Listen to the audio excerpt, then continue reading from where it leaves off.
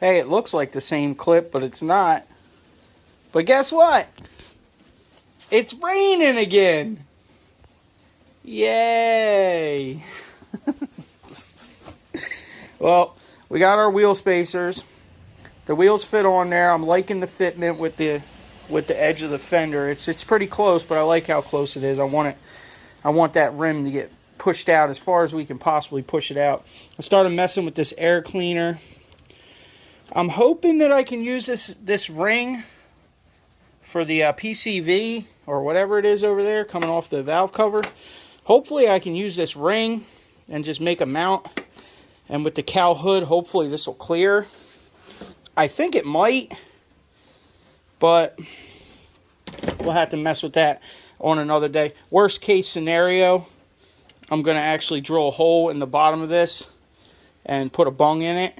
And then I would attach this hose right into the bottom of the air cleaner and ditch this ring, this plastic ring. We'll get rid of that. And then that puts the air cleaner, if we take that off and just tuck it over here, all right, that actually puts the air cleaner down pretty good, pretty low. So worst case scenario, we'll go that route and plug the hose into the bottom of the air cleaner. Either way, we still got to make a mount, but we got to figure out what clears first before we make this mount for that. So that's kind of figured out. We redid all this wiring. I took all the wiring out of the harness. I didn't really record any of it. This is actually the heat tube for the stock air cleaner that comes off the header. I took it, cut it down, filleted it because I had to double the wiring over and double it on itself. And we shortened some stuff, we lengthened some stuff, reran it, remounted stuff, put some extra wire loom on things. We definitely got thunder and lightning going on out there.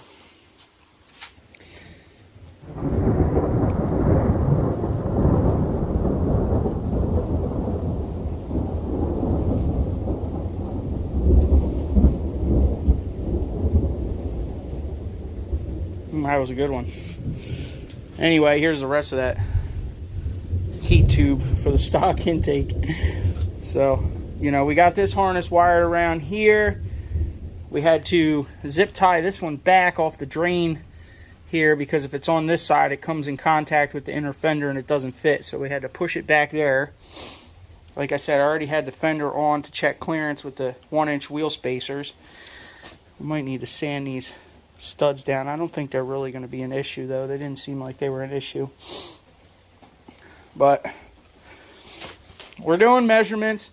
Basically, I'm probably going to end up running a 215 30 18, which gives me a little over 23 inches of overall diameter.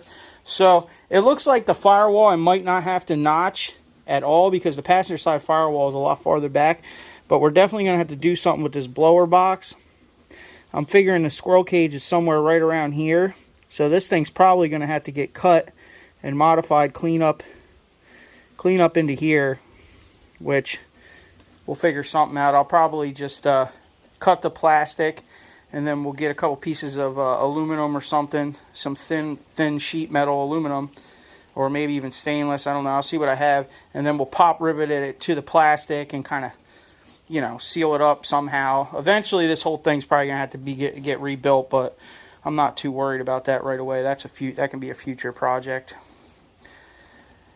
But like I was saying, we still need to get a little bit more clearance out of here. We need about 2 inches of travel out here to actually get it to lay out on an 18 with a 30, with a 215 30 18 tire on it. So what I'm probably going to do is take these bag cups out, and we're going to have to cut an inch off the top of the bag cups and then re-notch the frame a little bit to clear the bags. And that should give us pretty much our 2 inches out here that we need once we get all the way out here to the hub face. Now, when you're running 20s, you run into problems where the upper control arms start binding. The upper ball joints will start to bind. A lot of people will buy tubular control arms, which changes the angle. I've seen other guys actually cut the control arm change the angle of it, and then plate it back together. We can also modify the ball joints, which is probably what I'll do. I'll probably just get a brand new set of ball joints and I'll modify them. I'll make a video on that, show you how we used to do that back in the day. So I'll just recreate that. And it's hard to see on the driver's side because the steering shaft is in the way. But the back collar of the steering shaft is starting to contact the control arm right here on the driver's side, right in this area. So we're probably going to have to cut that driver's side control arm and put a piece of pipe in there or some sort of block off plate, you know, reshape the back portion of the control arm to clear the steering shaft and make it come all the way up. Because right now it's coming up a little bit 2 inches short of where it needs to be, and it's already contacting that control arm. So this control arm on the other side probably needs to get notched about, you know, 3/4 of an inch, and put a piece of pipe in there. We've done it before. It's not that difficult, but you know, it's been a long time since I tried to put big wheels on the front of one of these body drop trucks. So, you know, to get the thing to lay out, it takes a lot of finagling. But I think the wiring looks a lot cleaner up here. I mean, it ain't too crazy. We moved a couple mounts around. This looks all right. You know, these are kind of there, but we'll probably just leave them there for now. You know. Yeah, that's a little bit of an update. We'll do some actual work in this video, though. Give me a little bit. Maybe we'll fix the floor, or we'll cut some cups or something. I don't know. We'll do something, even if it's wrong, right?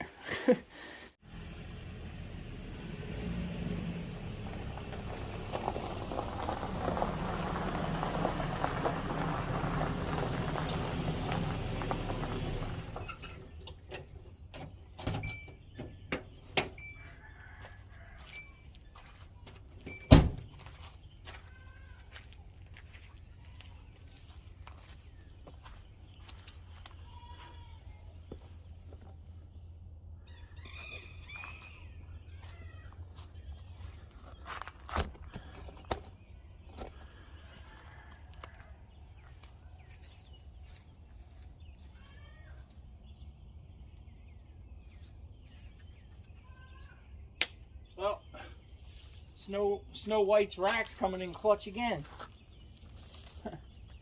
Well, I took the back padding off of this carpet because it was just nasty, man.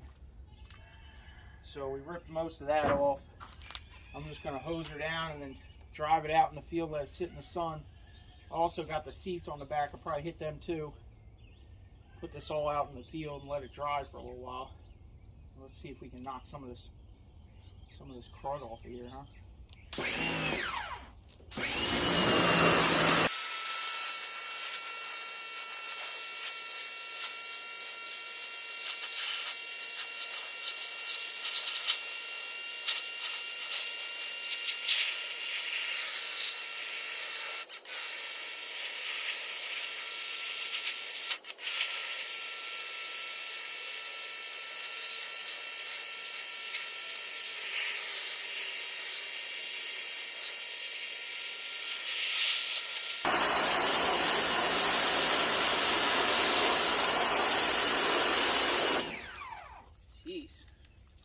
That's some nastiness in there.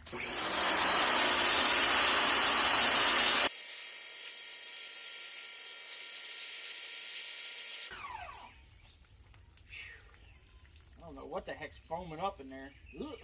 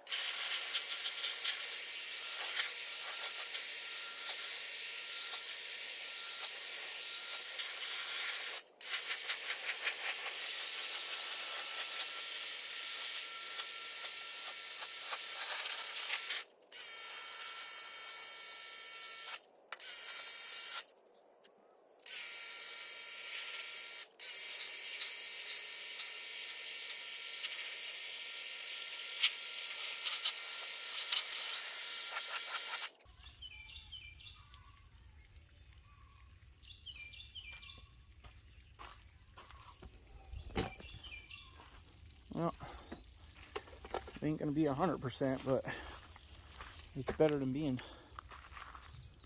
mouse infested, I guess. Right?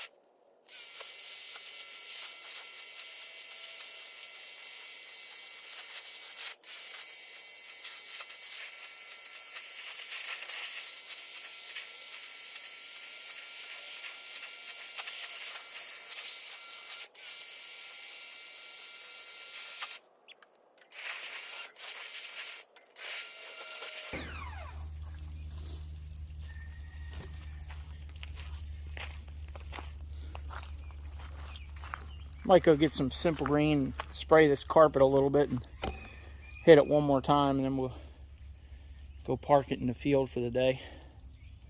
Let the sun dry this seats and carpet out pretty good. It looks a little bit better. I think up here in the footwells where there's a lot of wear, it's probably not going to get too much of that out. But we'll try it with some Simple Green. See what it does. I'm sure it'll be better than mouse infested, that's for sure. Well, we didn't start on fixing the floor yet. We've been out here dilly-dallying around. I got some of these wires reran, extended, crimped new ends on them, put some new battery terminal ends on this battery, and reran the wiring so it looks a little cleaner. I think I'm actually going to leave the battery in this location for now. It looks like I'm probably going to have enough clearance.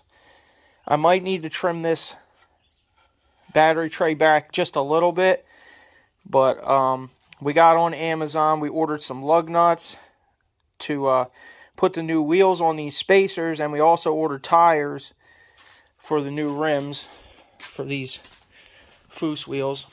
We got 215 35 18s, so that should give us about a 2.5-inch sidewall here past the rim, and it's right around 23.9 inches, so about 24 inches overall diameter. So I think we can end up keeping this here for now. Worst case scenario, I might just section this and move these tabs forward, take a section out of this this battery tray, and that'll give us probably a good whole inch here that we can push the battery forward and this whole tray, which I might just do anyway, but we'll see what happens once I get the actual tires that are going to be on here, because it's pretty important to have the right, what you're going to be running on there. I mean, you can go by measuring tape, but nothing is the same as putting it on there and seeing what works, you know what I mean? So when you do these types of projects, you really got to have a certain amount of things, to get it to work. We got the passenger side cup out, and we're going to take an inch off the top of this old DJM cup we got here.